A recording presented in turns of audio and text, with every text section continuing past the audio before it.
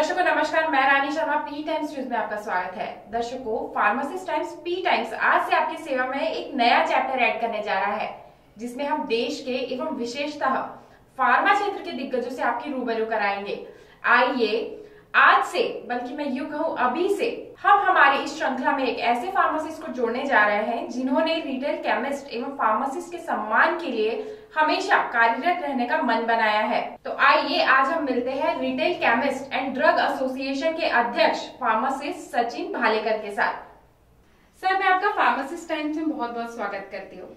Sachin sir, आप पिछले कई दशकों से फार्मा क्षेत्र में कार्य कर रहे हैं और इसके साथ ही आपने कई फार्मासिस्ट को मदद भी की है। इसमें जो होने वाली त्रासदी है उससे भी आप लड़ते आए हैं। सर, महाराष्ट्र या मैं यूं कहूं कि पूरे देश में जो ये बोगस फार्मासिस्ट का मुद्दा चल रहा है, उस बारे में सर आपका क्या कहना है? सबसे पहले थैंक यू वेरी मच कि फार्मासिस्ट टाइम्स ने मुझे डिफरेंट सब्जेक्ट्स पे बात करने के लिए और विषयों पे बात करने के लिए बुलाया, और मैं अजय जी का भी धन्यवाद करता हूँ। आज जो आपने सवाल पूछा बोगस फार्मासिस्ट, महाराष्ट्र स्टेट में बोगस फार्मासिस्ट का जो आज हाईलाइटेड मुद्दा हो रहा है, जो पुलिस ने 4 बोगस फार्मासिस्ट पे एफआईआर दर्ज करने के बाद ठाणे जिले में जो सभी सामने आ गया कि महाराष्ट्र में बोगस फार्मासिस्ट है, तो आपने अगर गौर किया होगा कि बहुत सारे ऐसे मेडिकल स्टोर्स आपको दिखेंगे जहाँ पर आपने कुछ मेडिसिन मांगने के बाद वहाँ का जो फार्मासिस्ट है या जो भी काम करने वाली व्यक्ति वहाँ पर है, वो लोग हड़बड़ा जाते हैं। उनको समझ में नहीं आता है कि क्या करना है। वहाँ पर पब्लिक ने डाउट लेना चाहिए, एंड यहाँ पर ठाणे जिले में वैसे ऐसे ही हुआ। कुछ लोगों ने डाउट ले लिया एंड उनको डाउट आने के बाद उन्होंने वो फार्मासिस्ट को क्वेश्चंस पूछे, एंड उसके बाद महाराष्ट्र की लीडिंग पॉलिटिकल पार्टी एमएनएस ने उसके खिलाफ कुछ कैंपेन किए एंड पुलिस के जाल में ये 4 लोग फंस गए। यहाँ तक तो मामला ठीक है कि 4 लोगों को पुलिस ने पकड़ लिया, उनकी इंक्वायरी हो गई, उनके पास से कुछ बोगस कॉलेज एंड वो सभी दस्तावेज बरामद किए गए, उनके ऊपर केस दर्ज हुआ। लेकिन असली गुनेगार या असली ये सभी खेल के पीछे जो हम लोग जिसको एक क्रिमिनल टोली बोल सकते हैं, उनका पर्दाफाश होना अभी तक बाकी है। जैसे कल ही पुलिस ने स्टेटमेंट दिया है कि 13,000 और बोगस फार्मासिस्ट महाराष्ट्र में हो सकते हैं। ठीक है, जो भी जिन लोगों को ये सब गलत काम करने थे, जिन लोगों को फर्जी डिग्रियां बनानी थी, उन लोगों ने वो बनाई। दूसरे स्टेट में से रजिस्ट्रेशंस लेके महाराष्ट्र स्टेट फार्मेसी काउंसिल के पास उन्होंने रजिस्टर करवाया। यहाँ तक की बातें हम लोग मान सकते हैं कि महाराष्ट्र में ये सब रजिस्ट्रेशन हुए, पुलिस ने ये सब केस दर्ज किया।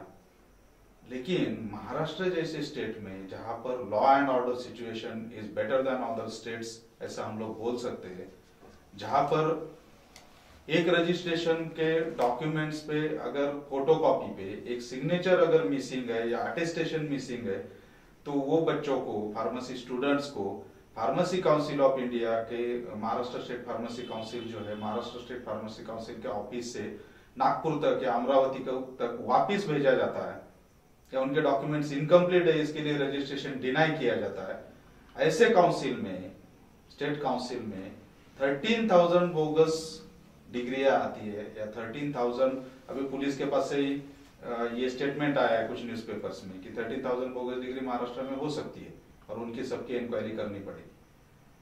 बट इसमें महाराष्ट्र स्टेट फार्मेसी काउंसिल के जो रजिस्ट्रार्स है या जो लोग ये सभी रजिस्ट्रेशन प्रोसेस में इन्वॉल्व है, उनके ध्यान में ये सब चीजें नहीं आती है। ऐसा मुझे तो इम्पॉसिबल लगता है कि it's not possible at all कि इन लोगों को ये चीज ध्यान में नहीं आई। ठीक है, ये भी साइड में हम लोग रखते हैं, लेकिन जैसे महाराष्ट्र में फार्मासिस्ट के लिए काम करने वाले शशांक जी मात्रे है या आशीष जी हांडे है, ये सब लोगों ने पहले भी बहुत सारे प्रूफ्स दिए हुए, प्रूफ्स के साथ, बोगस डिग्रियों के साथ हाईलाइट किया है काउंसिल को कि काउंसिल में जितने भी फार्मासिस्ट रजिस्टर्ड है, इनमें बहुत सारे लोगों की बोगस डिग्री है एंड ये लोगों का रजिस्ट्रेशन कैंसिल किया जाए। 2 साल से ये सब चल रहा है, लेकिन काउंसिल के जो भी अथॉरिटीज है, वो अथॉरिटीज अभी जाग गए कब, जब पुलिस ने इनके ऊपर एफआईआर कर दी। अब उनको शुरू हो गया कि नहीं हम लोगों ने 11 एफआईआर पहले ही दर्ज किए, 11 केसेस दर्ज किए, ये 11, 12, 18, 20 it's not matter of counting, और इट्स 13,000। बट इसमें सबसे इंपॉर्टेंट है कि रिस्पॉन्सिबल कौन है। आज कौन सा भी न्यूज देखो, पुलिस ने 4 लोगों पे केस दर्ज किया, फर्जी यूनिवर्सिटी या फर्जी इंस्टीट्यूट के पास से ये पेपर्स यूनिवर्सिटी के पास जाते थे, वो सब लोगों को पुलिस ने पकड़ लिया। लेकिन जो जिनकी इंक्वायरी होनी चाहिए उनके तरफ तो पुलिस देख ही नहीं रही है।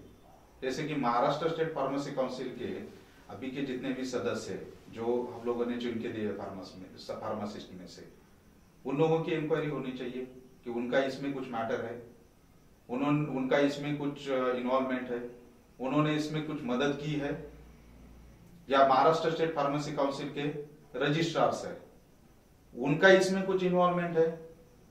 ये सभी चीजों का इन्वेस्टिगेशन होना चाहिए। सर, आप इतने कॉन्फिडेंस के साथ कैसे कह सकते हैं कि इसमें इन्वॉल्वमेंट है? आपके पास कोई प्रूफ है इसका? 1.5 साल पहले एक बोगस फार्मासिस्ट का मैटर हम लोगों ने ऑलरेडी आशीष हांडे जी और शशांक मात्रे जी ने ऑलरेडी फार्मेसी काउंसिल को सौंपा था। उसमें फार्मेसी काउंसिल के जो भूतपूर्व अध्यक्ष बोल सकते हैं या एक्स प्रेसिडेंट जो थे, उनका सर्टिफिकेट था। उन्होंने इसमें सिफारिश की थी कि ये this candidate is from this university and इनको रजिस्ट्रेशन दिया जाए। अगर कोई एक्स प्रेसिडेंट अगर बोलता है कि रजिस्ट्रेशन दिया जाए और रजिस्ट्रार उसके ऊपर प्रोसेस करता है, लेकिन कुछ चीजों की वजह से, कोई स्टाफ की वजह से ये पता चल गया कि ये डॉक्यूमेंट्स फर्जी है, और बाद में जब इन्वेस्टिगेशन किया गया तब पता चला कि डॉक्यूमेंट्स कंप्यूटर पे बनाए हुए। अगर सिंपली कोई ऑफिसर फार्मेसी काउंसिल का देखता है, उसको पता चल जाता है कि ये डॉक्यूमेंट्स कंप्यूटर पे बनाए हुए हैं और कहीं पे केस दर्ज कर देता है या इन्वेस्टिगेशन करता है, तब पता चलता है कि फार्मेसी काउंसिल के प्रेसिडेंट ने इनको लेटर दिया था, इनकी सिफारिश की थी। अगर इस तरीके से, और ये मामला कुछ मतलब प्रूफ का भी जरूरत नहीं है, already this matter is registered with police, investigation चल रहा है। मतलब अगर वो जो भी जिस भी अथॉरिटी ने, ऑफिसर ने ये हाईलाइट किया कि नहीं ये गलत डॉक्यूमेंट्स है, ये अगर हाईलाइट किए बिना अगर प्रेसिडेंट के दासे में आके या दबाव में आके अगर वो रजिस्ट्रेशन दे देता था, तो ये भी एक फर्जी मैटर करके सामने आता ही था। तो इसका मतलब है, एक एग्जाम्पल हो गया। इसका मतलब है कि फार्मेसी काउंसिल में, और हम लोगों ने कुछ एजेंट्स को भी, जो एजेंट्स इस तरीके की डिग्रियां प्रोवाइड करते हैं, उन लोगों से भी बात किया, तो वो लोग तो खुलेआम बात कर रहे हैं कि इतना इतना पैसा दे दो, हम लोग आपका रजिस्ट्रेशन के साथ सब कुछ मैनेज कर लेंगे। और सबसे इंपॉर्टेंट बात यह है कि 3 साल पहले मैंने खुद एक आरटीआई डाला हुआ था। इस आरटीआई में मैंने पूछा था कि बाहर के स्टेट से जो फार्मासिस्ट रजिस्टर्ड होके आते, उनका रजिस्ट्रेशन आप pharmacy Maharashtra state pharmacy council में करते हो, पहले मतलब एक 4-5 साल पहले उनका इंटरव्यू लिया जाता था, एक एग्जाम ली जाती थी, इंटरव्यू के टाइम क्वेश्चंस पूछे जाते थे, एंड वो इंटरव्यू होने के बाद ही, पास होने के बाद ही उनको महाराष्ट्र स्टेट में रजिस्ट्रेशन दिया जाता था। लेकिन सडनली उन लोगों ने ये सब बंद कर दिया, और जब मुझे काउंसिल के पास से आरटीआई में आंसर मिल गया, तो उन्होंने आंसर दिया है कि नहीं, वो फार्मेसी काउंसिल ऑफ इंडिया ने बोला कि इंटरव्यू का जरूरत नहीं है। मतलब अभी ये बोगस फार्मासिस्ट मैटर में जितने भी लोग इन्वॉल्व है, उसमें क्या मैंने अभी फार्मेसी काउंसिल ऑफ इंडिया का भी नाम मैंने जोड़ना चाहिए? क्योंकि अगर फार्मेसी काउंसिल ऑफ इंडिया इस तरीके से आंसर देता है, ऑर्डर देता है कि महाराष्ट्र स्टेट फार्मेसी काउंसिल में जो बाहर के स्टेट से आने वाले रजिस्ट्रेशन है, उनको उनके जो इंटरव्यूज लिए जाते हैं, may be Maharashtra state pharmacy council का ये it was a good step कि इंटरव्यूज लेना है, इसमें कुछ ऐसा नहीं। और कौन से लॉ में ऐसा लिखा हुआ है कि आप कुछ चीज वेरीफाई करने के लिए एडिशनल थिंग्स कर नहीं सकते हो? ऐसा किसी भी लॉ में नहीं लिखा।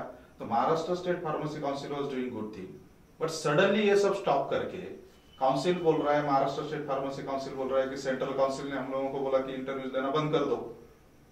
तो इसका मतलब है कि इसमें कुछ ना कुछ गड़बड़ी है, सब लोगों को मालूम था। अगर 7-8 साल पहले से ये इंटरव्यूज अगर बंद नहीं होते थे, तो मे भी आज जो पुलिस का या जो भी न्यूज आ रहा है कि 13,000 बोगस फार्मासिस्ट महाराष्ट्र स्टेट में है, तो मे भी ये रिड्यूस डाउन होकर 600-700 तक भी रह सकता था कि चलो कुछ भी करके इंटरव्यू भी मैनेज कर लिया, इस तरीके से ये होता था।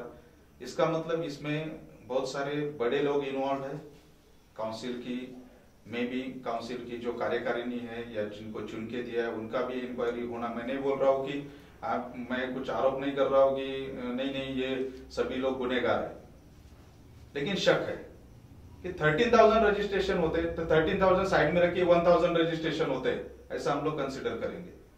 लेकिन 1,000 रजिस्ट्रेशन होते या एक भी रजिस्ट्रेशन का, जैसे मैंने पहले ही एग्जांपल दिया कि कोई फार्मासिस्ट अमरावती से आता है, नागपुर से आता है और उसके ऊपर प्रिंसिपल का सिग्नेचर भी नहीं होता है, तो उसको बॉम्बे से नागपुर वापस भेजा जाता है कि भाई सिग्नेचर लेके आओ।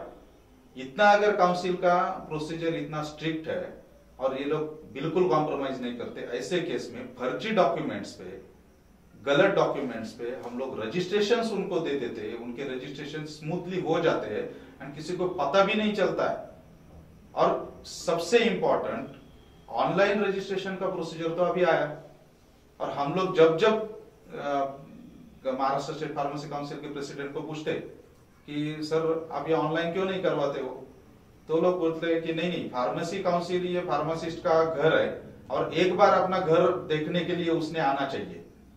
तो मैं ये क्वेश्चन पूछता हूँ कि 52 इयर्स की लेडी या 54 इयर्स का कोई आदमी आता है, वो बोलता है कि यही साल मैं पास आउट हुआ हूं, यही साल मैंने फार्मेसी किया हुआ है। अगर वो आदमी आके उधर काउंटर पे खड़ा रहता है, रजिस्ट्रार के सामने खड़े होने की प्रोसीजर पहले से थी, अगर ये सब है तो वो रजिस्ट्रार को इतना भी डाउट नहीं है कि भाई ये 54 इयर्स के बुड्ढे ने किस तरीके से फार्मेसी किया और ये पास कैसे हो गया, तो इसने 12th कब पास किया। अगर ये 54 इयर्स का है तो ये 1 साल का डिप्लोमा भी कर सकता था 1992 में, जैसे एक बड़े नामचीन सदस्य ने 1 साल का डिप्लोमा करके महाराष्ट्र स्टेट फार्मेसी काउंसिल में नॉमिनेटेड सदस्य करके एंट्री किया हुआ है और उसके इशारे पे काउंसिल चलता है, उसके जैसे 1 साल का डिप्लोमा कर सकता था। लेकिन 54 इयर्स के बाद उसको कैसे पता चल गया कि मुझे फार्मेसी करना है, एंड उसको एडमिशन भी मिलता है और वो जैसे कोई फ्रेशर स्टूडेंट होता है वैसे पास भी हो जाता है अच्छे मार्क्स से, 68% लेके 70%, इतने पढ़ाई किया उसने। तो हाउ इट इज पॉसिबल कि जो आदमी ने 30 साल पहले 12th किया हुआ है साइंस, वो आदमी 30 साल के बाद वो साइंस स्ट्रीम के डी फार्मेसी कोर्स के लिए एडमिशन लेता है, वो पास हो जाता है। इसका मतलब रजिस्ट्रार को ये बात समझ में नहीं आती है, ऐसा नहीं है। So everyone knows what is happening and everyone knows what is there. Only thing is that investigation shall extend and investigation जो है वो इन्वेस्टिगेशन रजिस्ट्रार के पास जाना चाहिए। रजिस्ट्रार के साथ साथ फार्मेसी काउंसिल के जितने भी निर्वाचित सदस्य है, नॉमिनेटेड सदस्य है, बाहर के जो है एक्सक्लूडिंग गवर्नमेंट अथॉरिटीज, इन सबका इन्वेस्टिगेशन होना चाहिए, इन सब से सबको क्वेश्चन पूछा जाना चाहिए। बिकॉज ये अगर 13,000 रजिस्टर्ड फार्मासिस्ट है तो ये करोड़ों का घोटाला है और इसमें बहुत सारे आर्थिक इन्वॉल्वमेंट्स है।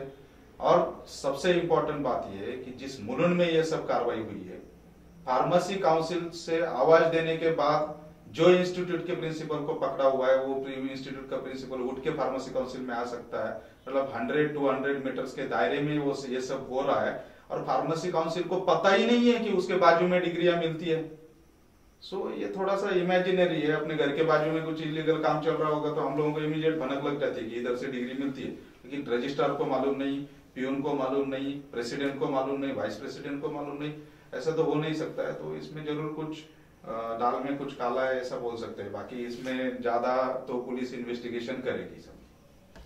तो सर क्या हम इसे, जो मध्य प्रदेश में व्यापम घोटाला हुआ था, क्या हम इसे व्यापम घोटाले की नजर से देख सकते हैं या फिर इसमें कुछ और है? मध्य प्रदेश का व्यापम घोटाला जो है वो तो हो गया मध्य प्रदेश का, लेकिन मैं बोलूंगा कि अगर राजस्थान से महाराष्ट्र स्टेट फार्मेसी काउंसिल के पास कोई आके रजिस्टर कर सकता है, जिस स्टेट में लॉ एंड ऑर्डर है, तो तेलंगाना फार्मेसी काउंसिल है, केरल फार्मेसी काउंसिल है, गुजरात फार्मेसी काउंसिल है, या उत्तर प्रदेश फार्मेसी काउंसिल है, दिल्ली फार्मेसी काउंसिल है। तो इसका मतलब कोई भी किसी भी फार्मेसी स्टेट के फार्मेसी काउंसिल में जाके इस तरीके से बोगस रजिस्ट्रेशन, ये तो हो गया महाराष्ट्र का। अगर देश का अगर काउंटिंग करेंगे 20 स्टेट्स का भी हम लोग काउंटिंग करेंगे तो 2-2.5 लाख फार्मासिस्ट तो ऐसे ही निकल जाएंगे। तो ये तो व्यापम से भी बहुत बड़ा घोटाला हो गया। So you can say like this कि इसमें बहुत बड़ा घोटाला है। मैं तो बोलूंगा कि इसकी आगे जाके इसकी सीबीआई जांच हो गई तो भी इसमें से देशव्यापी घोटाला तो डेफिनेटली बाहर आ जाएगा। दवा एवं स्वास्थ्य संबंधित खबरों के लिए P times news channel YouTube पर लाइक और सब्सक्राइब करना ना भूलें।